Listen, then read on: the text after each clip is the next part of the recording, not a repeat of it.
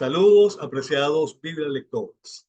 Bienvenidos a nuestro último encuentro del módulo 3 del diplomado en lectura comprensiva de la Biblia, titulado Lectura de los textos narrativos. Mi nombre es Jorge Eliezer Navarrete y esto es Biblia Lectores Academia. Sean todos bienvenidos. En esta oportunidad vamos a tratar un tema muy interesante. Tiene que ver con la interpretación de las leyes, de la Torá. Esto siempre ha sido un tema controversial a través de los siglos en la Iglesia de Jesucristo. Y hay posiciones encontradas en cuanto a el entendimiento de la interpretación de las leyes y hay extremos realmente. Hay quienes son extremadamente apegados a la ley y son capaces de intentar vivir. Y digo intentar porque realmente es imposible. Nadie puede ser justificado en la vida de fe por las leyes. Y sin embargo, hacen un esfuerzo por querer cumplir con determinadas leyes. Y también es un error porque o cumplías todas o no cumplías nada y te convertías en una persona que quebrantaba la ley. Hay otros que definitivamente están en el otro extremo y dicen que para nada tenemos que ver nosotros con la ley, que ya eso quedó completamente, está claudicado, no tiene vigencia, ya eso tuvo su tiempo de caducidad, así que con las leyes ni pendientes con eso.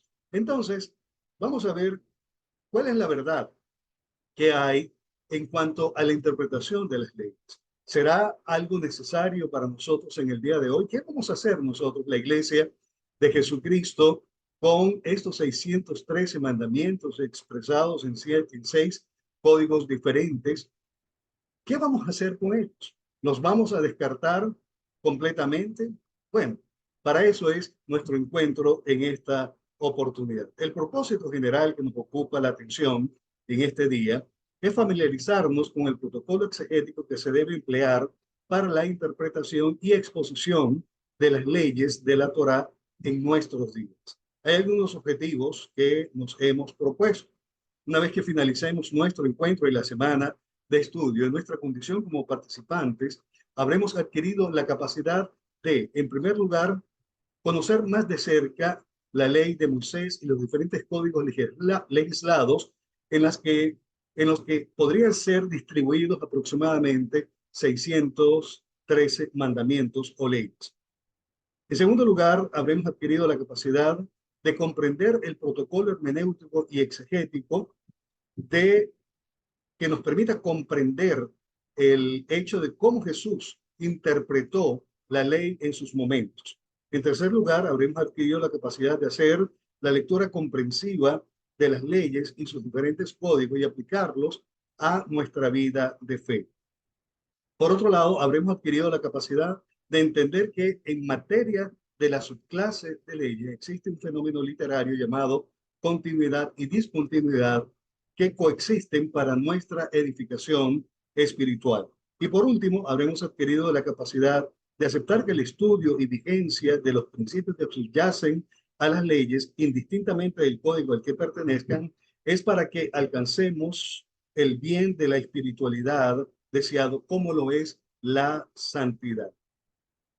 El contenido que vamos a desarrollar en esta oportunidad para alcanzar el propósito general y también los objetivos que nos hemos propuesto es el siguiente. En primer lugar, comprendamos las leyes de la Torá. En segundo lugar, la realidad literaria de la continuidad y discontinuidad. En tercer lugar, el protocolo hermenéutico y exegético aplicado a las leyes. En cuarto lugar, el modelo hermenéutico y exegético de nuestro Redentor en el contexto del siglo I. Y por último, las leyes hoy.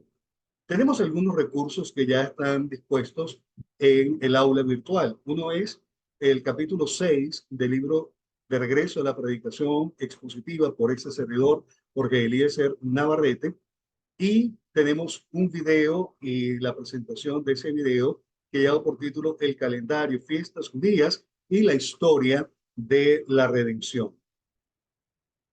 Comencemos por nuestro primer punto que tiene que ver con comprender la ley. Aquí tenemos la ley y vamos a revisar varios aspectos relacionados con la misma.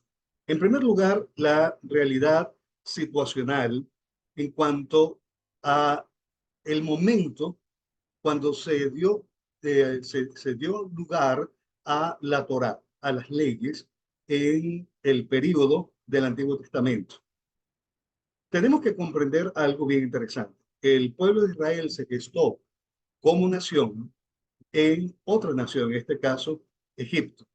Y ellos allí absorbieron completamente la cultura idolátrica de Egipto. Ante esta realidad situacional, ellos requerían un nuevo código de ética. Y este nuevo código de ética fue precisamente la ley que Dios entregó a Moisés. El propósito de la ley lo vemos claramente en Levítico capítulo 19, el verso número 2. Dios dice, sed santos porque yo soy santo, yo Jehová.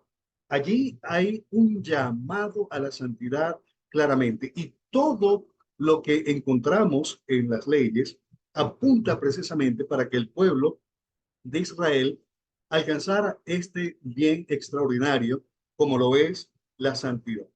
Por otro lado, la ley de Moisés comprende aproximadamente unos 613 códigos expresados en 613 mandamientos, corrijo, 613 mandamientos expresados en 6 códigos diferentes. Y ya vamos a hablar un poco más en detalle al respecto.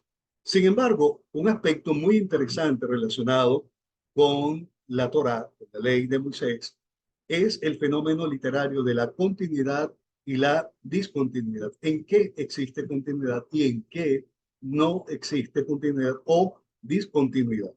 Y por último, la ley tiene toda una gran utilidad que la vamos a revisar un poco en detalle más adelante. Así que con relación a la comprensión de la ley propiamente dicho, vamos a concentrarnos en su realidad situacional. Se gestó el pueblo de Israel dentro de una nación de cultura idolátrica como lo era Egipto, y esto ameritó un nuevo código de ética. El propósito es la santidad, como ya lo dije, y ahora sí, vamos a pensar en estos 613 mandamientos que se encuentran expresados en 6 códigos diferentes. Tenemos el código moral que abarca básicamente los 10 mandamientos, el amor a Dios y el amor al prójimo. Luego tenemos un segundo código que es el código civil y mercantil. El código civil tenía que ver con las leyes relacionadas con el matrimonio, la familia, tener todo lo necesario para poder convivir en familia y dentro de la sociedad judía. La parte mercantil en este código tenía que ver con todas las transacciones que se realizaban dentro del contexto de Israel. Luego tenemos un código también muy importante, como es el código humanitario, que tenía que ver con el conjunto de leyes de protección a la viuda, al huérfano, al pobre menesteroso y al extranjero. Luego tenemos el código sanitario, que tenía que ver con leyes de alimentación y leyes de higiene dentro del pueblo de Israel. Tenemos el quinto código, que es el penal y militar, que apuntaba hacia los actos de justicia por parte de los jueces de Israel y cómo debían abordar la guerra también. Y por último, el código ceremonial, que incluía todo lo relacionado al culto, todo lo relacionado al tabernáculo, el sacerdocio, las ofrendas, las fiestas solemnes, la observancia del Shabbat. Estos son básicamente los 6 códigos. Ustedes tienen en el material que les he dejado en el aula virtual del capítulo 6 del libro de regreso a la predicación expositiva, cada uno de estos códigos debidamente explicado y tienen al final un trabajo extraordinario que hicieron dos personas que forman parte de nuestro equipo dentro de la academia, la hermana Sasha Salinas y la hermana Biela Olaya, que hicieron toda una investigación de los 6 códigos y los respectivos mandamientos que estaban dentro de estos códigos. Usted puede revisar esto con todo el detalle del mundo y allí va a encontrar una riqueza extraordinaria. Ahora, dentro de estos 6 códigos que encierran estos 613 mandamientos, existe el fenómeno de la continuidad y la discontinuidad. Continuidad entendemos por esta palabra el hecho de que exista vigencia de las leyes en el día de hoy y que estas leyes trascendieron en vigencia tanto al Nuevo Testamento como hasta nuestros días. Y por discontinuidad entendemos el hecho de que se cesa tanto en el Nuevo Testamento como en nuestros días también. Entonces, en cuanto a las leyes, tenemos que pensar en qué hay continuidad y en qué hay discontinuidad. Bien, vamos a entender esto como si todos fuésemos niños de 5 años. Vamos a encontrar discontinuidad de la ley de Moisés en estos 6 códigos legislados en cuanto a las formas como se aplicaban. Y esto es muy importante que lo tengamos todos muy claro. Las formas en las que estas leyes eran aplicadas, eso tiene discontinuidad. Ni pasó al Nuevo Testamento y mucho menos pasa a nuestros días en el día de hoy. En cuanto a discontinuidad, de forma absoluta, encontramos en el código ceremonial esta discontinuidad. Todo el código ceremonial apuntaba de manera profética a nuestro Señor Jesucristo. Y en este sentido, todo se cumplió. Y dado que se cumplió, no tiene ningún sentido intentar tomar alguna de estas leyes que están dentro del código ceremonial para cumplirlo nosotros en el día de hoy. Ahora bien, ¿en qué hay continuidad? Hay continuidad en los principios que subyacen a cada uno de estos 6 códigos legislados. Los principios de vida de fe que encontramos allí en estos 6 códigos, incluyendo el código ceremonial, todos están vigentes para nosotros. Estos principios son eternos y están a nuestra disposición para aplicarlos a nuestra vida de fe en pleno siglo XXI. Óigame bien lo que le voy a decir. En el material que dejamos en el aula virtual, usted va a encontrar el trabajo realizado por Sasha Salinas y también por Rubiela Olaya. Allí se encuentra el principio general de cada uno de estos códigos que fueron legislados. Usted toma este principio general y es imprescindible que lo entienda dentro del contexto donde cobró vigencia histórica por primera vez y luego trasladar ese mismo principio, porque es un principio eterno, a nuestra realidad en el día de hoy. Esto es el secreto en cuanto a las leyes. Hay discontinuidad en las formas en las que se aplicaba la ley en el contexto del Antiguo Testamento, en el contexto del siglo I, y hay discontinuidad en el código ceremonial porque todo apuntaba proféticamente a Jesús. Pero por otro lado, tenemos continuidad en los principios que subyacen a cada uno de estos 6 códigos legislados, incluyendo el código ceremonial. Ahora bien, la ley, la Torá, tiene una extraordinaria utilidad en toda la Biblia. Óigame bien, en toda la Biblia. Los profetas, los Nebim, tanto anteriores como posteriores al Reino Unido de Israel, todos, absolutamente todos, fundamentaron su ejercicio ministerial profético sobre la base de la ley.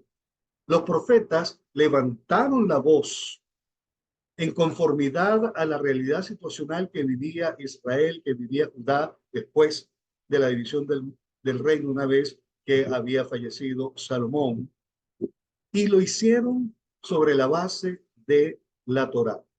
Toda la valoración ética y moral que ellos llevaron a cabo fue precisamente sobre la base de la ley de Moisés. Los que tuvimos, los escritos, también todos están absolutamente fundamentados en la Torá. Usted puede leer el libro de los Salmos, por ejemplo, que es el libro dentro de los Ketuvim más representativo por la extensión literaria que representa, y usted va a encontrar allí cantos, salmos dedicados exclusivamente a la ley. De hecho, el salmo más extenso es el Salmo 119, que se fundamenta en estrofas que están debidamente identificadas con las letras del alfabeto hebreo. Un himno extensísimo, pero que tiene una riqueza teológica en cuanto a lo que es la perspectiva acerca de la ley en el Antiguo Testamento, pero formidable en realidad. Pero usted puede ver, por ejemplo, en el libro de Esdras, en el libro de Nehemías, cómo la ley cobró un lugar preponderante, cómo la ley fue el instrumento de parte de Dios para que este pueblo post-exílico, después de 70 años de haber estado en la cautividad babilónica, pudiera retomar el hilo de su espiritualidad. Y vemos cómo la ley ocupó un papel de suma importancia en este momento histórico. Y cuando vamos al Nuevo Testamento, todo el Nuevo Testamento, en la fase de clímax, que son las versiones del Evangelio, el libro de los Hechos de los Apóstoles, las epístolas y aún Apocalipsis, todos estos 3 unidades literarias dentro de la fase de resolución de la trama de la Biblia y la historia de la redención, todo esto está fundamentado en la ley. ¿Y saben por qué? Usted seguramente recordará el capítulo 5 del Evangelio según Mateo, el verso 17. Jesús dice, no crean que yo he venido para abrogar la ley. No, no se equivoquen. Yo he venido a cumplir la ley y los profetas. Y entonces dijo, porque no pasará ni una J, que es la letra Yod en el hebreo, que es la letra más pequeña de todo el alfabeto hebreo. No pasará ni una J, ni una tilde, cualquier puntito, cualquier signo, hasta cuanto todo se haya cumplido.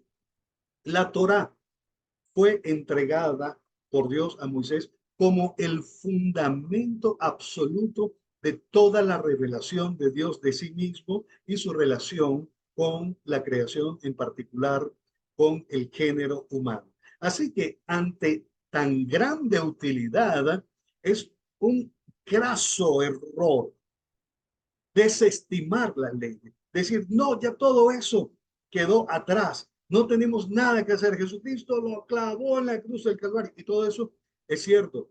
Pero lo que no hemos entendido es que los principios que subyacen a cada uno de los 6 códigos legislados están absolutamente vigentes en el Nuevo Testamento y también en nuestros días. Así que no podemos descartar las leyes. Tiene una gran utilidad para la hermenéutica de los profetas anteriores y posteriores, para la hermenéutica de los Ketubim y para la hermenéutica del Nuevo Testamento también. Ahora bien, vamos a pensar en el protocolo exegético y quizá esto es el corazón de nuestro encuentro en esta oportunidad. En cuanto al protocolo, tenemos básicamente 8 pasos que necesitamos seguir. El primer paso es determinar la línea editorial del libro donde se encuentra la ley que deseamos investigar y exponer. Ya usted conoce perfectamente cómo realizar el entorno subyacente donde vamos a determinar la línea editorial de un libro. De hecho, en este mismo módulo estudiamos cómo hacerlo y usted tiene el recurso del capítulo 4 del libro de Regreso a la Predicación Expositiva, donde puede leer perfectamente acerca de cómo descubrir la línea editorial de un libro. Así que esto no debe ser un problema para nosotros. El paso número 2 es ubicar dicha ley dentro del código que corresponde. Usted va a estudiar determinada ley y vamos a ver un ejemplo inmediatamente después de explicar este protocolo. Bueno, cuando usted selecciona esa ley, debe ubicarla dentro del código que corresponda. Dentro de uno de estos 6 códigos va a estar contenido. Hay leyes que hacen cruce con 2 o 3 códigos y eso también usted lo puede ver dentro del material, dentro del recurso eh, didáctico que hemos dejado en el aula virtual para usted. Pero es importante que usted pueda ubicar esa ley dentro del código al cual pertenece. El paso número 3 es identificar el principio de vida general que subyace al código. Una vez que usted ha identificado el código al cual pertenece la ley que usted quiere estudiar para exponer de cara a los discípulos en cualquier espacio del estudio de la palabra del Señor en nuestras iglesias, usted perfectamente ahora va a identificar cuál es el principio de vida de fe general. Y eso lo tiene dentro del material que hemos dejado dispuesto dentro del aula virtual. El paso número 4 es extraer ahora el principio de vida que subyace en el mandamiento que usted está estudiando y que va a exponer de cara a los discípulos. Esta enseñanza central, este principio, debe estar en perfecta armonía y coherencia con el principio general del código legislado al que pertenece este mandamiento. El paso número 5 es verificar si en algún libro histórico, en alguno de los que tuvimos, ese mandamiento tiene alguna utilidad, tiene algún uso que algún profeta o simplemente algún historiador haya tomado en cuenta para efectos de hacer una aplicación contextual. El paso número 6 es verificar si tal ley tiene una utilidad dentro de la teología bíblica. Cuando hablamos de teología bíblica, estamos hablando dentro de la historia de la redención como tema central de las escrituras. El séptimo paso es determinar el referente hermenéutico prescriptivo que refrende la enseñanza central que se encuentra de forma subyacente en la ley que usted ha escogido para estudiar y exponer de cara a los discípulos. Y el paso número 8 es aplicar este principio de vida a nosotros. ¿Cómo nos ayuda a ser mejores hijos de Dios? ¿Qué área de nuestra vida se ve beneficiada con el estudio de esta ley y el principio que subyace a ella, que es la enseñanza central? ¿Qué tiene que ver esa ley con la voluntad de Dios para mi vida? ¿Qué acciones prácticas vamos a hacer para poner en nosotros en evidencia la práctica de esa ley. Ahora, aquí tomé un ejemplo simplemente para que veamos cómo puede ser aplicado este protocolo exegético. He seleccionado Levítico capítulo 19, versos 9 y 10, el cual dice: cuando ciegues la mies de la tierra, no cegarás hasta el último rincón de ella, ni espigarás tu tierra cegada, ni rebuscarás tu viña, ni recogerás el fruto caído de tu viña. Para el pobre y para el extranjero lo dejarás. Yo, Jehová, vuestro Dios. Esa firma de yo, Jehová, vuestro Dios, es como los presidentes cuando establecen una ley de Estado. Fírmese, ejecútese y publíquese. Es así. Y tiene que darse. Y siempre debemos tener mucha, pero mucha atención cuando leemos un mandamiento y al final dice: yo, Jehová vuestro Dios. Eso implica que tiene una relevancia extraordinaria. Ahora, fíjense ustedes, cuando leemos este mandamiento, ¿cómo enseñamos este mandamiento en el día de hoy? ¿Será que vamos a aplicar la forma? No, ya dijimos que la forma tiene discontinuidad. Nosotros no hacemos esto en nuestros días, aquí en el contexto de las ciudades donde llevamos a cabo la misión del reino de Dios. Entonces, nos encontramos con esta ley, el Levítico 19, ¿y qué vamos a hacer? ¿La vamos a tachar? ¿Nos olvidamos de ella? ¿Esto no tiene validez para nosotros? No. Vamos entonces, el primer paso es determinar la línea editorial. Se encuentra en el libro de Levítico. Por supuesto, tenemos que realizar la línea editorial y no tenemos el tiempo en esta oportunidad para realizar la misma. Sin embargo, podemos recordar que el libro de Levítico está relacionado con el culto de adoración a Dios. La mayoría de las leyes que encontramos allí apuntaban dentro de este código litúrgico legislado para que el pueblo de Israel pudiese acercarse a Dios en oración. Pero no podemos hacer el estudio de toda la línea editorial del libro de Levítico en esta oportunidad para efectos de este ejercicio que en este momento estamos iniciando. Ahora, el paso número 2 es ubicar dicha ley en el código que corresponde. Corresponde al código humanitario. De los 6 códigos, pertenece al código humanitario. El tercer paso, identificar el principio de vida general, la enseñanza central que subyace al código. Y justo lo tomamos del recurso que hemos dejado para ustedes en el aula virtual. Cuando ubicamos el código humanitario, vemos allí que el principio que subyace a este código, el principio general, es la justicia de Dios son los actos de bondad con los necesitados. Esto es imprescindible que lo tomemos en cuenta. Ya lo tenemos hecho, tenemos un trabajo extraordinario que nos da las coordenadas de cada uno de estos códigos. Bien, vamos a extraerlo de allí. En el paso número 4, entonces, sí tenemos que ser más acuciosos, porque no está escrito en ninguna parte. Tenemos el mandamiento y necesitamos extraer el principio que subyace al mismo. Y cuando revisamos este mandamiento, encontramos el siguiente principio o enseñanza central. El que honra a los necesitados, honra a Dios. ¿Por qué? Por la firma, yo, Jehová, vuestro Dios. Cuando honramos a un necesitado, cualquiera sea su perfil de necesidad, estamos honrando a Dios.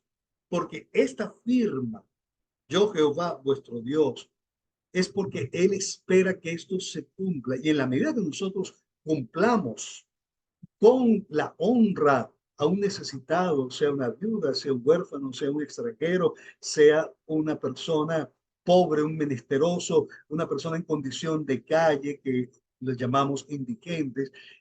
En esa medida que lo honremos a ellos, estaremos honrando a Dios. El paso número 5 es verificar si en los libros históricos de los profetas anteriores o posteriores existe algún ejemplo de vivencia o errancia de tal ley. Y cuando nosotros revisamos los que tuvimos, nos encontramos con el libro de Ruth. Usted ha leído este libro seguramente muchísimas veces, sobre todo las mujeres son especialistas en preparar conferencias relacionadas con la vida de Ruth, la moabita. Bueno, usted conoce la historia. Allí tenemos a una mujer que decidió seguir al Dios de su suegro. Y tu pueblo será mi pueblo, tu Dios será mi Dios. Y resulta que llegó a Israel, estaban necesitadas y ella recogía las espigas. Y vos, que vio a la mujer y la vio encantadora, dijo, nada, yo voy a cumplir la ley del Señor y voy a hacer un trato con Dios. Dios, yo cumplo tu palabra y honro a esta extranjera necesitada, pero por favor, después me la entregas a mí para que sea mi esposa, para que sea mi consorte. Y vos mandó de manera exprofesa a dejar caer más espigas de lo normal para que Ruth, la moabita, se emocionara y recogiera cada vez más espigas y pudiera satisfacer su necesidad. Aquí encontramos un cumplimiento de esta ley perfecta. Ahora, el paso número 6 es verificar si esta ley de Levítico 19, 9 y 10 tiene alguna utilidad en la teología bíblica, en la historia de la redención. Y vemos claramente que Booz establece un patrón redentor prospectivo acerca de Jesucristo. Usted conoce la historia, cómo Booz redimió a, a Ruth la noemita, la moabita. Y este acto redentor de Booz establece un patrón redentor prospectivo relacionado con la redención que llevó a cabo nuestro Señor Jesucristo con los 7 actos redentores que Él protagonizó dentro de la historia de la redención. Luego, el paso número 7 es determinar un referente prescriptivo que nos avale, nos refrende la enseñanza central. Hemos dicho que la enseñanza central, el principio que subyace detrás del mandamiento de Levítico 19, versos 9 y 10, es que el que honra a los necesitados, honra a Dios. Y aquí tenemos un referente hermenéutico prescriptivo. Este es mi mandamiento, dijo Jesús. Esto fue en el discurso que Jesús dio a propósito de su partida en el contexto de la última cena que celebró en Juan capítulo 13 hasta el 17. El 17 es la oración con la que Jesús cierra todo este gran discurso que dio en el contexto de la celebración de la última Pascua que Jesús celebró aquí sobre la faz de la tierra. Este es mi mandamiento, que os améis unos a otros como yo os he amado. Nadie tiene mayor amor que este, que uno ponga su vida por sus amigos. Y esto está en Juan, el capítulo 15, versos 12 y 13. Note que este referente prescriptivo habla de redención. Cuando yo pongo mi vida por otro, que fue lo que Jesucristo hizo por nosotros, Él nos está redimiendo.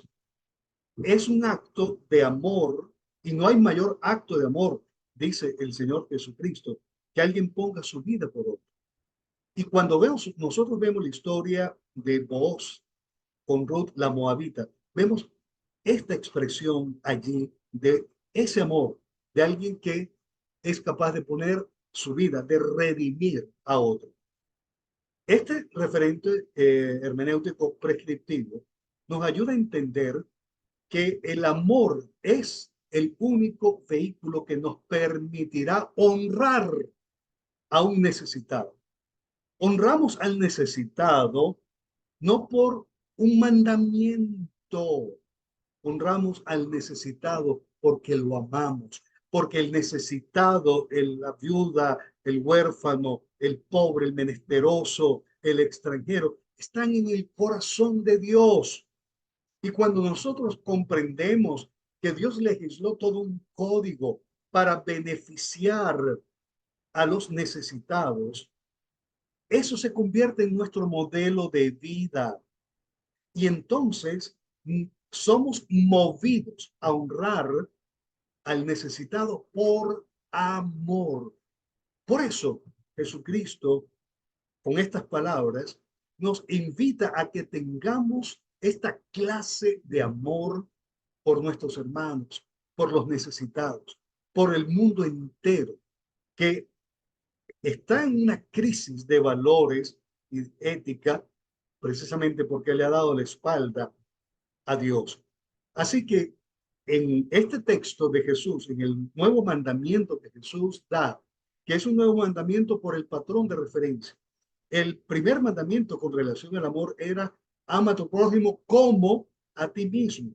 En este caso Jesús dice, ámense los unos a los otros como yo los he amado. El patrón de referencia ya no es como a nosotros mismos, sino como Él nos ha amado. Entonces, este es el móvil para honrar al necesitado, el amor.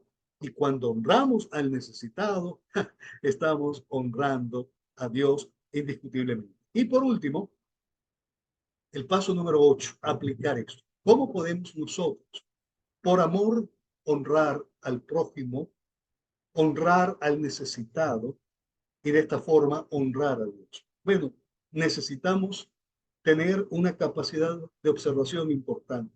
Muchas veces hay tanta gente necesitada a nuestro alrededor y no nos damos cuenta porque estamos sumergidos en nuestra propia vida, en nuestros propios problemas, en nuestros propios trabajos. Tenemos tantas cosas en nuestro alrededor que nos nublan la visión para identificar cuando alguien que está formando parte de nuestros entornos está en una situación de carencia, está en una situación de minusvalía.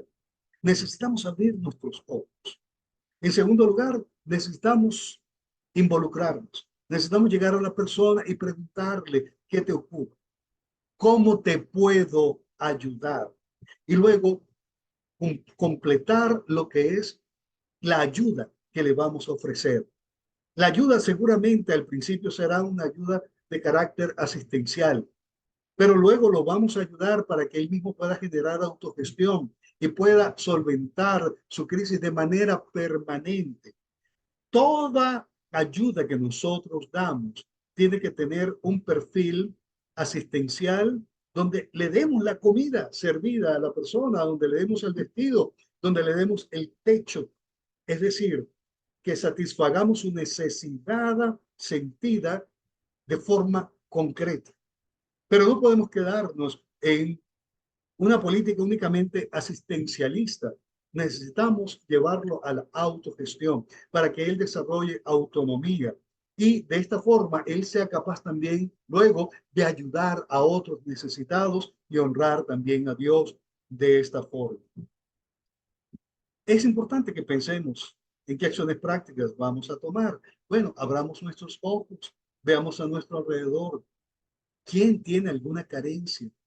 Mire, recuerde el principio que subyace a este mandamiento de Levítico 19, versos 9 y 10. El que honra a los necesitados, honra a Dios.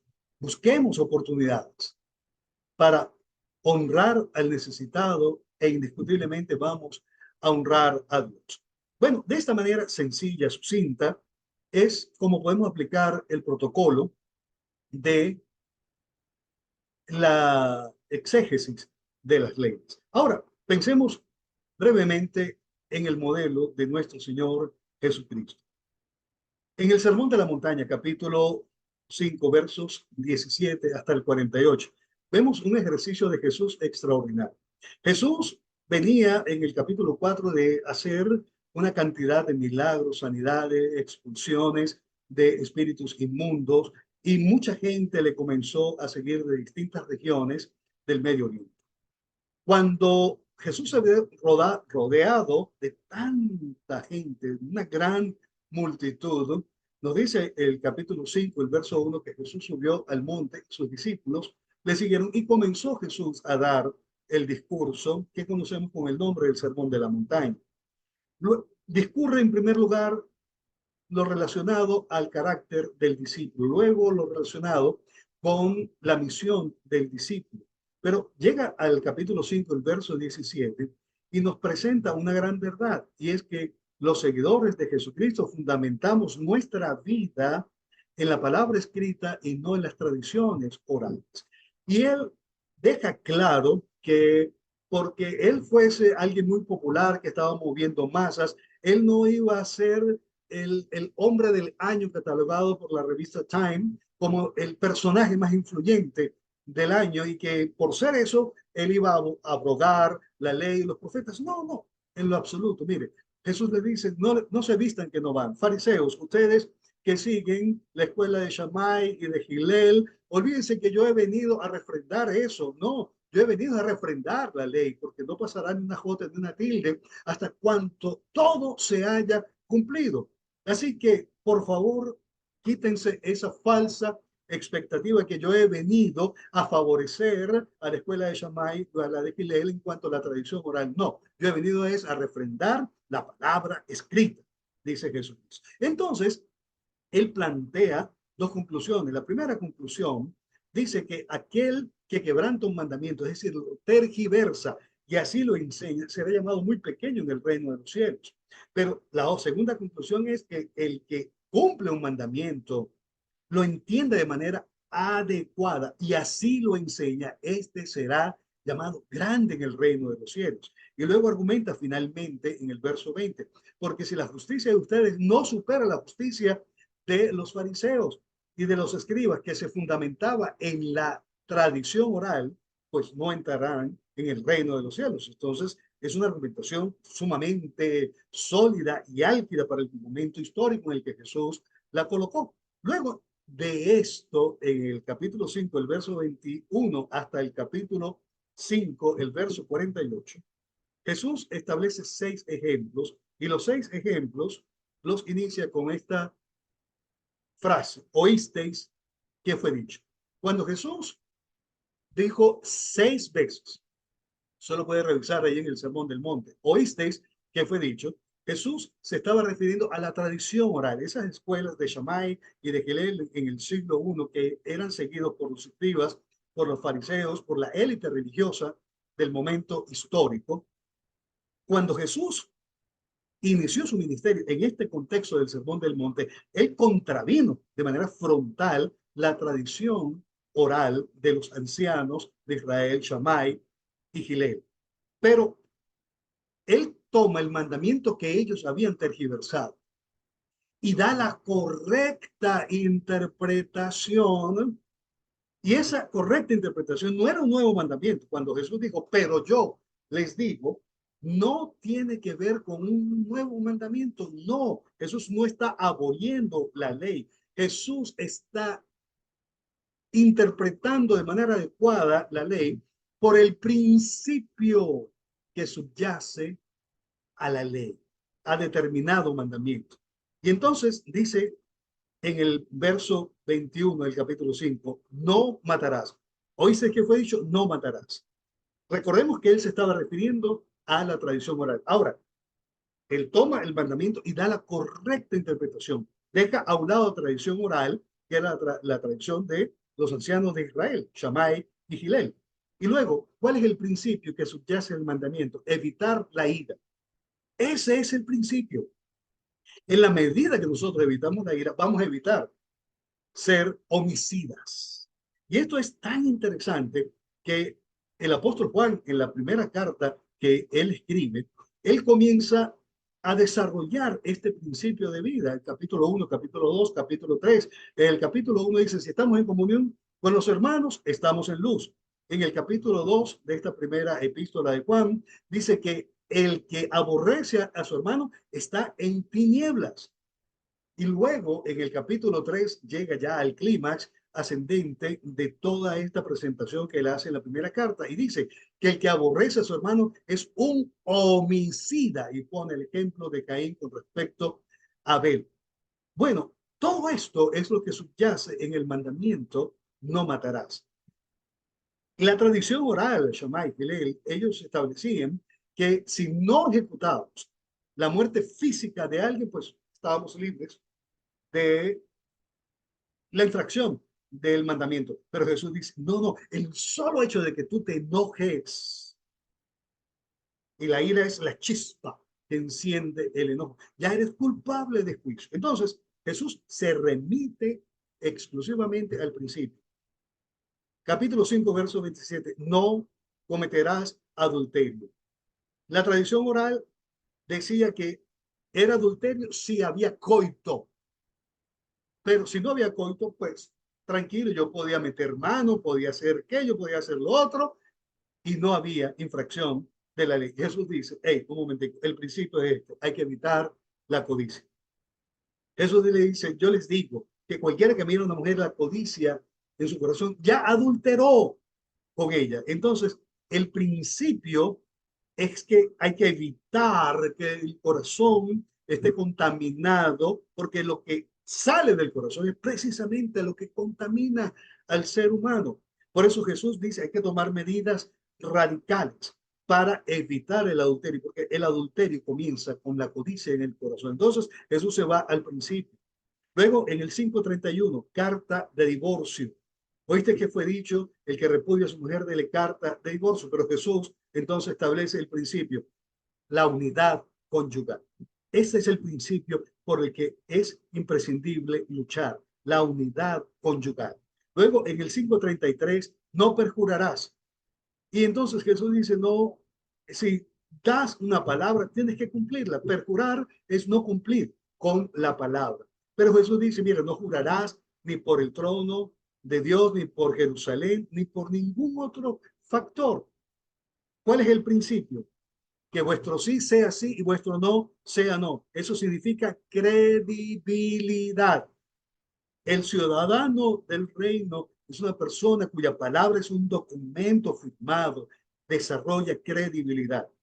Luego, en el 5:38, leemos la ley del talión, ojo por ojo y diente por diente. Los ancianos habían enseñado, por causa de situaciones eh, políticas y jurídicas, ya que Israel se encontraba, o Judá se encontraba bajo el dominio del imperio romano, no tenían jurisdicción para, en ningún tipo, en ningún punto de vista legal, en ninguna área. Entonces, ellos habían trasladado todos los juicios precisamente al imperio romano. Esa es la razón por la que ellos no podían condenar a Jesús y el sumo sacerdote y el concilio llevaron a Jesús ante Poncio Pilato, porque ellos no tenían autonomía penal, jurídica en ningún sentido.